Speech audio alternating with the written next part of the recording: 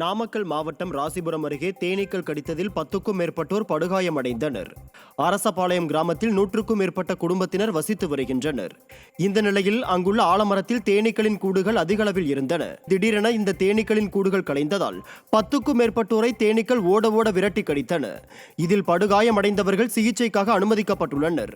இச்சம்பவம் குறித்து நாமகிரிப்பேட்டை காவல்துறையினர் விசாரணை மேற்கொண்டு வருகின்றனர். திருவள்ளூர் மாவட்டம் திருத்தணி நகராட்சியில் குடிநீர் பைப்லைன் பணிக்கு தோண்டப்பட்ட பள்ளங்களால் பொதுமக்கள் உயிருக்கு ஆபத்து ஏற்படும் நிலை ஏற்பட்டுள்ளது. எனவே குடிநீருக்காக தோண்டப்பட்ட பள்ளங்கள் சரி செய்யப்பட வேண்டும் என்றும் பொதுமக்கள் அச்சமின்றி சாலைகளில் நடமாட வழிவகை செய்வதுடன் இதனை சரி செய்ய திருவள்ளூர் மாவட்ட ஆட்சியர் விரைந்து நடவடிக்கை எடுக்க வேண்டும் எனவும் மக்கள் கோரிக்கை விடுத்துள்ளனர். திருவள்ளூர் மாவட்டம் ஆரணி அருகே தனியார் பிளைவுட் தொழிற்சாலையில் மின்சாரம் தாக்கி வடமாநில தொழிலாளி உயிரிழந்தார். சிறுவாபுரியில் இயங்கி வரும் தனியாருக்கு சொந்தமான பிளைவுட் தொழிற்சாலையில் 20க்கும் மேற்பட்ட வடமாநில தொழிலாளர்கள் பணிபுரிந்து வருகின்றனர். இந்த நிலையில் பில்பான் சிங் என்பவர் தொழிற்சாலையில் உள்ள தண்ணீர் மோட்டாரை பழுது பார்க்கும் போது திடீரென மின்சாரம் பாய்ந்து தூக்கி வீசப்பட்டார். உடனடியாக அவரை மீட்டு நல்லூரில் உள்ள தனியார் மருத்துவமனைக்கு கொண்டு சென்றனர். அங்கு பில்பான் சிங்கை பரிசோதித்த மருத்துவர்கள் வரும் வழியிலேயே அவர் உயிரிழந்து விட்டதாக தெரிவித்தனர். திண்டுக்கல் மாவட்டம் கொடைக்கானலில் வார விடுமுறையை ஒட்டி ஏராளமான சுற்றுலா பயணிகள் குவிந்து வருகின்றனர். குறிப்பாக மோயர் சதுக்கம், பைன்மரக்காடுகள், குணா குகை, தூண்பாறை, பசுமை பள்ளத்தாக்கு உள்ளிட்ட பகுதிகளில் கூட்டம் அலைமோதியது. இதனால் போக்குவரத்து நெரிசல் ஏற்பட்டது. குறிப்பாக பிரையன் பூங்காவில் உள்ள கழிப்பறை அடிக்கடி பராமரிப்பு பணிகளுக்காக பூட்டி வைக்கப்படுவதாகவும் வேறு இடத்தில் உள்ள கழிப்பறையில் தண்ணீர் வசதி இல்லை எனவும் சுற்றுலா பயணிகள் குற்றம் சாட்டினர். கள்ளக்குறிச்சி மாவட்டம் சின்னசேலம் அருகே சுற்றுலா வேன் கவிழ்ந்த விபத்தில் ஒருவர் உயிரிழந்தார். நாகக்குப்பம் ஏரிக்கரை பகுதியில் இருந்து 25க்கும் மேற்பட்ட இளைஞர்கள் ஒகேனக்கலுக்கு சுற்றுலா சென்று கொண்டிருந்த போது பாண்டியன் குப்பம் அருகே உள்ள ஓடையில் ஓட்டுநர் கட்டுப்பாட்டை இழந்து வேன் கவிழ்ந்தது. இதில் 7 பேர் படுகாயமும் 18 பேர் லேசான காயமும் அடைந்தனர். மணிமாறன் என்பவர் கால் முறிவு ஏற்பட்டு இரத்தப்போக்கு அதிகம் ஏற்பட்டதால் மருத்துவமனைக்கு கொண்டு செல்லும் வழியிலேயே பரிதாபமாக உயிரிழந்தார். யானைகள் வழித்தட வரைவு அறிக்கையை விடியா அரசு திரும்ப பெற கோரி அதிமுகவினர் போராடி வரும் நிலையில் அடுத்த கட்ட போராட்டங்கள் பற்றிய ஆலோசனை கூட்டம் நீலகிரியில் நடைபெற்றது. நீலகிரி மாவட்டம் கூடலூர், பந்தலூர் பகுதிகளில் லட்சக்கணக்கானோர் பாதிக்கப்படும் வகையில் யானைகள் வழித்தட வரைவு அறிக்கையை விடியா திமுக அரசு வெளியிட்டது. இதற்கு அப்பகுதி மக்கள் கடும் எதிர்ப்பு தெரிவித்து வருகின்றனர்.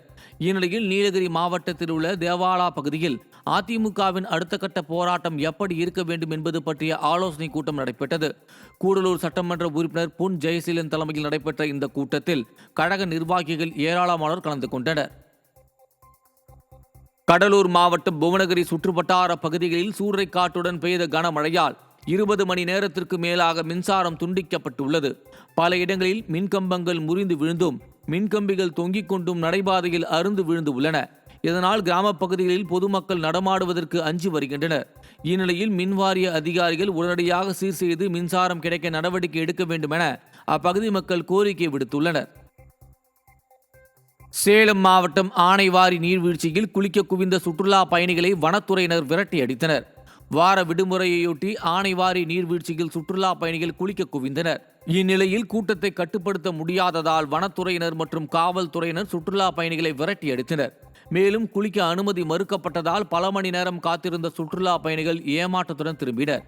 விடியா அரசு போதுமான காவல்துறையினரை பணியில் அமர்த்தாததுதான் இதுபோன்ற சம்பவங்களுக்கு காரணம் என பொதுமக்கள் குற்றம் சாட்டினர்.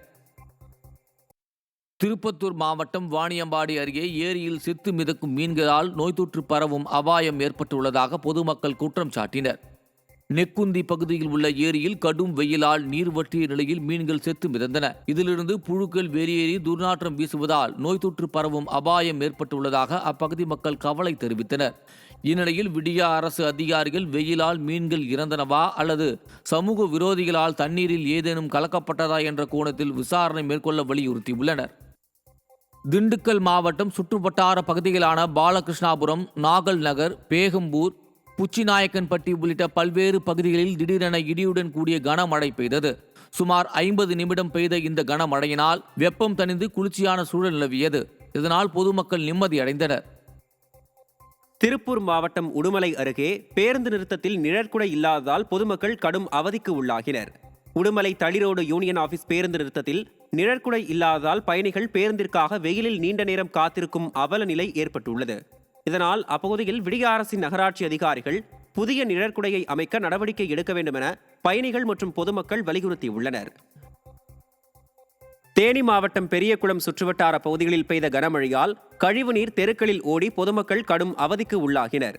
தேவதானப்பட்டி, கெங்குவார்பட்டி, கல்லுப்பட்டி உள்ளிட்ட பகுதிகளில் பலத்த சூறைக்காற்றுடன் கனமழை பெய்ததில் ஆங்காங்கே மரக்கிளைகள் முறிந்து விழுந்தன.